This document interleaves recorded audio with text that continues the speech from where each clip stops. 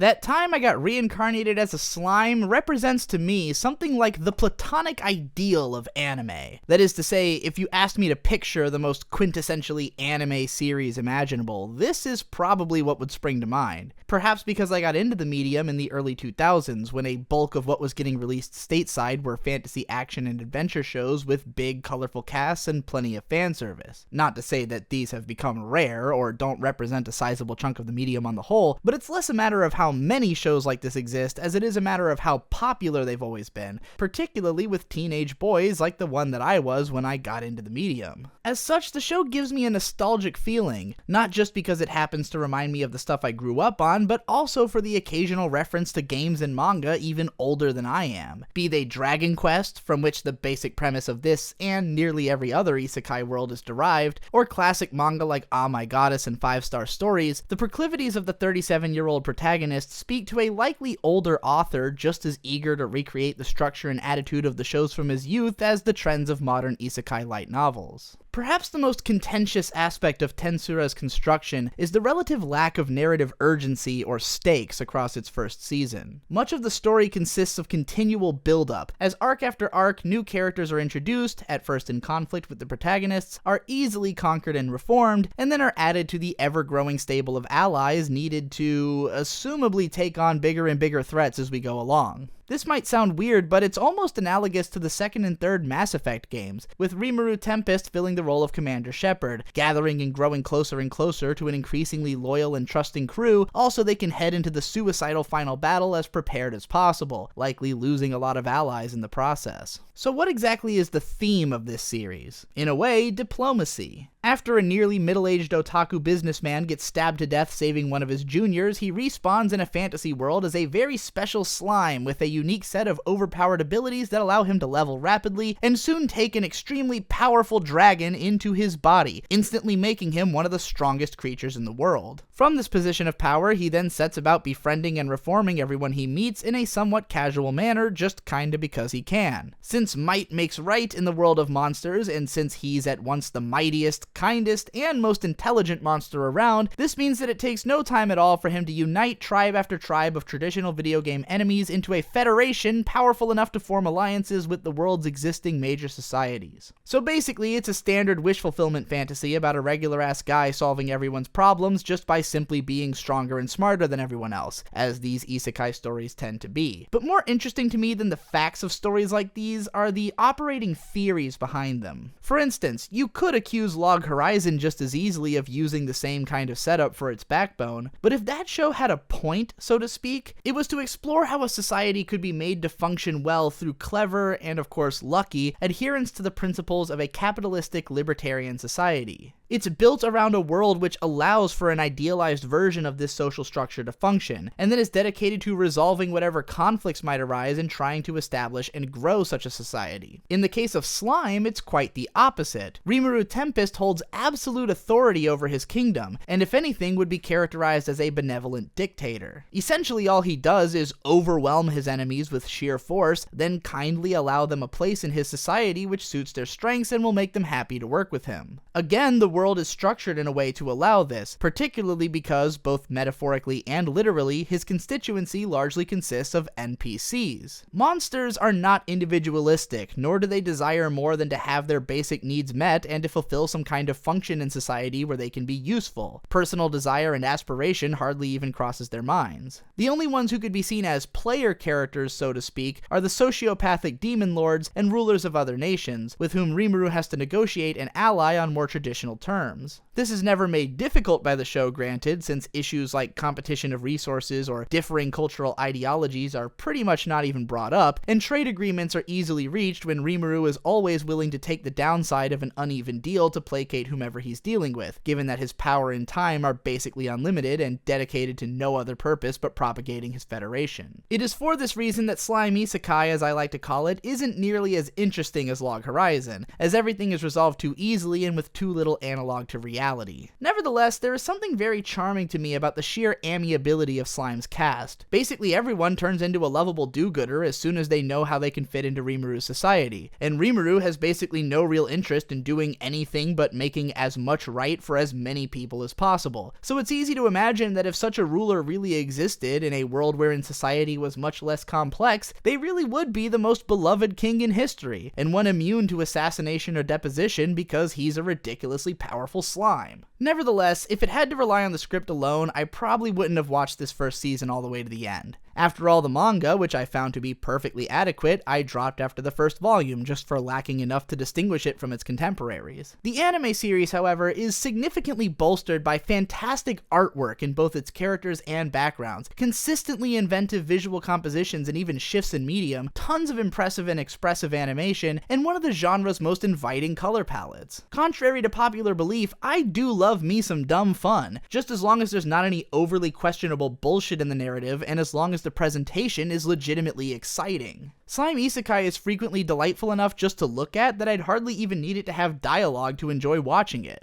What is there narratively is pretty bare bones, and in the second half it does start to frustrate with just how little progress is made towards any kind of greater overarching story or meaningful drama. But with readers of the original assuring me that things are going to get seriously intense in the already announced second season, I'm ready to strap in for the long haul and see what's in store for this lovable cast of humanoid monsters and just how far the crazy-ass power creep is going to escalate by the end. If the basic premise of this show doesn't appeal to you, or you're sick of this kind of series already, then you should probably pass on Slime Isekai. It isn't going to change your opinion of the genre or tell a story you've never heard before, even if it might show you a few unexpectedly new visual tricks. Still, if you're generally into fantasy action and adventure and like the way this show looks, then you'll have an easy time shoveling it down like salted popcorn. Now go watch my goddamn gaming channel, my crazy as shit vlogs, and all the other stuff I do on YouTube using this playlist of over 3,000 videos that I'm featured in, and support me on Patreon if you want access to a robust set of bonus content rewards, such as giving me $15 to rant about whatever the hell you want. Thanks again for watching, and I'll see you in the next one.